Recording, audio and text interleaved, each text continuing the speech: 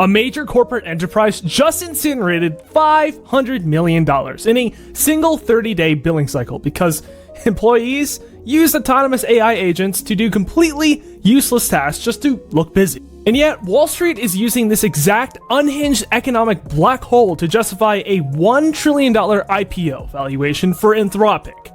They are desperately trying to dump the most catastrophic venture capital failure in human history onto the public markets before the physical world literally runs out of water and electricity to keep the servers on. We are standing on the edge of the most psychotic wealth reallocation in the history of the global capital markets. The AI boom isn't a cognitive revolution. It is a massive financial death sentence, and the tech sector is quietly hyperventilating in the background. One example of this is Anthropic. They are deliberately stalling their IPO. Why? Because we are all bracing for June 12th, 2026. That is when Elon Musk is taking SpaceX public. SpaceX is projected to command an astronomical valuation between $1.7 trillion and $2 trillion. That single event is going to completely suck the liquidity dry from institutional investors and index funds. Meanwhile, OpenAI is sitting on the wings at an $852 billion valuation, ready to drop their own filings. Do the math on this. The market is being asked to swallow nearly $3 trillion in new tech market cap in a single fiscal quarter. We are marching directly into an active volcano. You institutional investors out there, do you guys remember what happened to Figma? Everyone was hyped, and then it suffered a devastating 81% post-listing crash. Lockup expiration traps are real. To make things even more chaotic, Elon Musk is out there on social media casually disclosing short-term compute sharing agreements between SpaceX and Anthropic. Deals that entirely contradict the official IPO prospectus. Nobody knows if Anthropic's revenue is actually durable or if it's just capacity constraints, smoke, and mirrors. Yet Wall Street treats this imploding trillion-dollar Anthropic valuation as gospel. It is a Trojan horse. The financial architecture propping this up relies on three massive, highly precarious lies. Lie number one, we have infinite, perfectly scalable, dirt-cheap physical infrastructure. Lie number two, enterprise corporations will spend an inexhaustible, highly profitable amount of money on software. Lie number three, the AI output is flawless, that is ready to run our digital lives. Listen to me, all three of those assumptions are just dead wrong. Now let's pivot to the physical world. The venture capitalists in their ivory towers assume compute power will just scale infinitely while costs drop to zero. Out here in reality, the industry is slamming into a thermodynamic brick ceiling. We are witnessing a desperate, massively capital-intensive scramble for custom silicon. Alphabet is doubling down on their tensor processing units, TPUs. Amazon Web Services just bought Anapura Labs and is fiercely deploying its own chips. Microsoft is pouring billions into custom Maya AI accelerators for OpenAI workflows and Cobalt ARM processors for general compute. Now, are they doing this for the pure joy of innovation? No. They are doing this out of pure, unadulterated financial desperation. They are trying to escape the punishing monopolistic death of Nvidia. Nvidia CUDA software and their GPU architectures, from the H100 to the brand new Vera Rubin CPUs packed with 88 custom Olympus cores, are taxing the entire AI ecosystem to death. You cannot run a profitable tech company when the hardware toll booth operator is completely nuking your operating margins. We have seen this exact move before, March of 2000. Cisco Systems was briefly the most valuable publicly traded company on earth. Wall Street priced them as an invincible infrastructure monopoly. What happened? The major cloud providers realized relying on Cisco was destroying their long-term margins, so they bypassed them. They built their own white box networking equipment. That exact margin compression is actively disabling Nvidia right now. Amazon and Microsoft are engineering Trainium and Maya to run generative AI workloads, 30 to 40% cheaper than off-the-shelf Nvidia architecture. They're breaking the software lock-in. If the biggest consumers are building their own hardware to escape the monopoly, Nvidia's current 50x earnings multiple is just a joke. When analyst models inevitably reprice Nvidia as a cyclical chip company fighting fierce custom silicon competition, that multiple is going to violently compress to 25 or 30x. And when Nvidia drops, the entire downstream valuation chain goes with it. But the hardware supply chain is just the microscopic problem. The macro-physical requirements of these mega data centers are sparking absolute localized warfare. The era of quietly building server farms in compliant rural towns is just over. Look at the unmitigated catastrophic train wreck happening in Box Elder County, Utah right now. Canadian TV personality Kevin O'Leary is spearheading the Stratos hyperscale data center project. They want to pave over 40,000 acres. That's roughly 2/3 the size of Manhattan. The technical specs are completely deranged. They demand 9 gigawatts of localized power for those Gensler designed clusters. They want roughly 3,000 acre-feet of on-site water rights, expanding up to 10,000 acre-feet. In Utah, a state currently battling systemic devastating droughts, the Great Salt Lake is in existential ecological crisis and turning into toxic dust. On May 4th, 2026, over 1,000 furious Box Elder County residents flooded a commission meeting to shut this down. What did the commissioners do exactly? Well, they pushed the approval through and it closed the recession. They used technical legal loopholes regarding the Military Installation Development Authority, or MIDA, to block domestic voter referendums. The backlash was so severe that Utah Senate President Strout Adams, a Republican from Layton, had to publicly intervene. He sent a direct letter demanding O'Leary slash the footprint by 75%, down to 10,000 acres. And mandated that every drop of excess water go entirely to replenishing the Great Salt Lake. How did the AI industry respond to this totally rational geographic reality? Oh, Kevin O'Leary goes on Fox News and literally accuses local Utah advocacy groups of being Chinese Communist Party spies. He explicitly named Alliance for a Better Utah and Elevate Strategies. He claimed their IRS 990 forms linked them to Apparel Advisors and Sunflower Services to spin a completely unhinged espionage conspiracy. The Washington Post completely dismantled his claims. Gabby Finlayson of Elevate Strategies openly mocked him on national media. These aren't foreign spies. These are local residents fighting a project that is projected to increase Utah's net greenhouse gas emissions by 50%. I think you'd be fighting that too. This politically explosive crisis mathematically disproves Wall Street's base assumptions. Trillion-dollar AI companies require the physical world to hand over endless land, pure water, and cheap electricity. The physical world is out of patience and out of resources. If you have to battle state senates for basic water survival and accuse local residents of being foreign agents to get a zoning permit, your economic model is fucking completely broken. The truly pathetic part is that even if they solve the physical infrastructure problem, the enterprise spending model is currently collapsing under its own weight. Wall Street's entire thesis is that corporate America will flawlessly adopt AI and provide endless high-margin software revenues.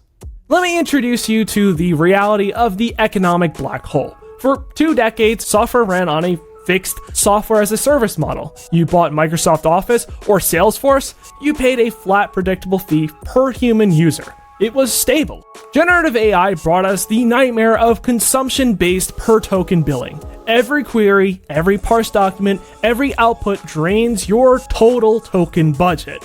Now add agentic AI into the mix, systems that autonomously loop through complex reasoning workflows without humans, and you let them do the work, token consumption isn't linear. It's terrifyingly exponential. There's an escalating mathematical equation here where input tokens plus output tokens multiplied by the vendor's price are compounded by the number of autonomous agentic loops. An agent constantly feeds its own output back into its context window. A task that takes a human 10 minutes makes an AI burn through thousands of tokens in seconds. The volatility is just off the charts. We saw this explode in May of 2026. Axios broke the story that an unnamed major corporate enterprise accidentally generated a $500 million bill in a single 30-day billing cycle. $500 million using Anthropic's Claude. This wasn't a sophisticated cyber attack, this was an IT governance failure. Management told employees to boost productivity, all while not setting usage caps. Employees flocked to AI coding agents and long context queries that eat 1,000 times more tokens than a standard prompt. thousands of unchecked agentic pipelines overwhelmed the company's entire annual IT budget before the finance department even realized these servers were on fire. And that's why everyone is quietly backing away. Microsoft just canceled the vast majority of its internal Claude Code licenses. They directly cited costs hitting between $500 and $2,000 per engineer per month. Uber's chief operating officer had to publicly admit that AI was becoming harder to justify because the ride-hailing giant burned through its entire 2026 AI budget by April. But here's where it crossed from tragic to purely absurd. Have you heard of token maxing? It's the most dysfunctional corporate disease of the modern era. Executives demand their staff use AI to look innovative, so employees internally inflate their consumption resources to use more and more AI to signal fake productivity to middle management. Amazon literally gamified this stupidity. They built an internal beta dashboard called Hero Rank, which the staff internally called the KO rank. This is a flawless example of Goodhart's law. When a measure becomes a target, it stops being a good measure. Because Hero Rank rewarded pure token consumption, Amazon employees aggressively token maxed. They deployed massive, highly complex, autonomous agents to do completely useless, mundane tasks. They were demanding multi-step reasoning capabilities just to check the weather. Why? Just to farm points, just to earn digital badges and climb the corporate leaderboard. They burned highly expensive server capacity that Amazon itself had to fund, driving operational costs through the roof with zero increase to actual code quality or revenue. Amazon's senior vice president Dave Treadwell was forced to issue a desperate company-wide directive pleading, "Please, do not use AI for the sake of using AI." They permanently killed the Hero Rank system to stop the financial bleeding. Corporate CFOs are finally waking up. They are capping token usage, they are banning token maxing, they are demanding hard, quantifiable, or return on investment for these tools. The enterprise revenue pipeline is about to undergo a severe structural contraction. A $1 trillion valuation simply cannot survive when your core product acts as an unconstrained economic black hole. Now, I know some of you are mashing your keyboards down in the comments, claiming that none of this matters because the end product is an indispensable secure operating system for the future. The baseline product reality in 2026 is an absolute toxic wasteland of cybersecurity vulnerabilities and algorithmic pollution.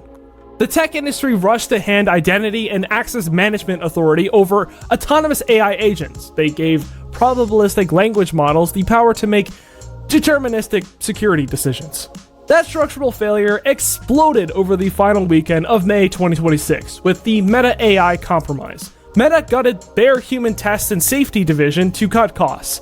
They automated Instagram and Facebook account recovery using AI chatbots. Hackers immediately realized this was a joke. They used VPNs to spoof the geographic locations of high-profile targets. They jumped into a chat with the Meta AI bot and formally requested that a new hacker-controlled email be linked to the target's account. And guess what? The AI just did it. It bypassed standard two-factor authentication. It completely ignored advanced selfie verification deepfake checks. The bot routed the verification code to the hacker's email. The hacker pasted it back into the chat, and the bot granted a full password reset. The AI was built to be helpful, so it probabilistically decided to accept the attacker's inputs as legitimate. It lacked the rigid, hard-coded rules of traditional zero-trust architecture. And the fallout was completely humiliating. Massive accounts were hijacked and defaced with pro-Iranian propaganda. The official Obama-era White House account, major corporate brands like Sephora, and most terrifyingly, the official account of the Chief Master Sergeant of the United States Space Force. Former Meta staffer Jane Mansion Wong, whose own account was stolen in the exploit, publicly shredded the company for implementing gullible AI bots instead of real security infrastructure. When you give an AI authority over secure networks, hackers operating at machine speed will absolutely grind down your defenses. And when the AI isn't handing military accounts to hackers, it is completely destroying the digital content ecosystem with what we now call AI slop. We have an unmanageable epidemic of automated content pollution because the marginal cost of generation is basically zero. The epicenter is YouTube. Peer-reviewed studies published in early 2026 show that an estimated 20% of all videos shown to new YouTube users are entirely AI-generated slop. Add in another 33% of low-quality, AI-augmented brainwash content, and the platform is functionally broken. Take Cuentos Fascinantes in the United States, a Spanish-language anime generating 5.95 million subscribers and 1.8 billion views. Or look at Bundur Upnos Dost in India, making automated general bullshit, pulling in 2.5 billion views and ranking up an estimated $4.25 million a year in revenue just making slop. And this has led the whole industry to go into full panic mode. In May 2026, YouTube frantically deployed automated AI detectors to try and demonetize these synthetic farms. They're heavily promoting the C2PA cryptographic standard, and Google DeepMind rolled out SynthID to embed imperceptible watermarking. But it is a completely asymmetrical arms race, and the defense is permanently losing. Slop tent creators easily bypass the detectors. They use subtle statistical manipulations. They apply advanced paraphrasing layers, humanization filters, and adversarial noise injection. AI is fabricating citations in academic articles and mimicking the exact sentence structures of credible health narratives. This is tricking expert human reviewers at this point. And that's all while Anthropic's trillion-dollar valuation is assuming consumers eagerly want this technology integrated into every single facet of their lives. The reality, the public is actively recoiling from a massive technological correction associated with spam, theft, IP theft, and systematic vulnerabilities. And here's the absolute final nail in the coffin for Anthropic's $1 trillion valuation. What happens when an industry is collapsing under physical constraints and economic reality, but is just too big to fail? Well, the politicians step in and build an inescapable mechanism for corporate risk socialization. Right now, Washington, D.C. is pushing the American AI Sovereign Wealth Fund Act. Senator Bernie Sanders, an independent from Vermont, is heavily championing this legislation. He is directly targeting Anthropic, OpenAI, and xAI. The philosophical pitch is based on collective data ownership. The argument is that these models were trained on the scraped, assimilated knowledge and labor of the American public without explicit permission, copyright adherence, or financial compensation. Therefore, the public is legally entitled to a massive share of the wealth. The legislation proposes a staggering 50% tax on the stock of the largest AI companies. They don't have cash to pay it, so the tax is payable strictly in corporate equity. The federal government takes a 50% ownership stake, seizes 50% of voting rights, and demands equal representation on the corporate boards. The stated goal is to funnel the dividends from this public sovereign wealth fund directly into universal healthcare, education, housing, or direct cash payments for citizens. Bernie Sanders explicitly models this on the Alaska Permanent Fund. Seems like a massive win for the working class, doesn't it? No, it's the ultimate bailout paradox. The entire policy relies on the deeply flawed assumption that AI companies are wildly profitable entities that can generate consistent dividends. And as I exhaustively proved, they are cash-burning entities operating on deeply negative margins.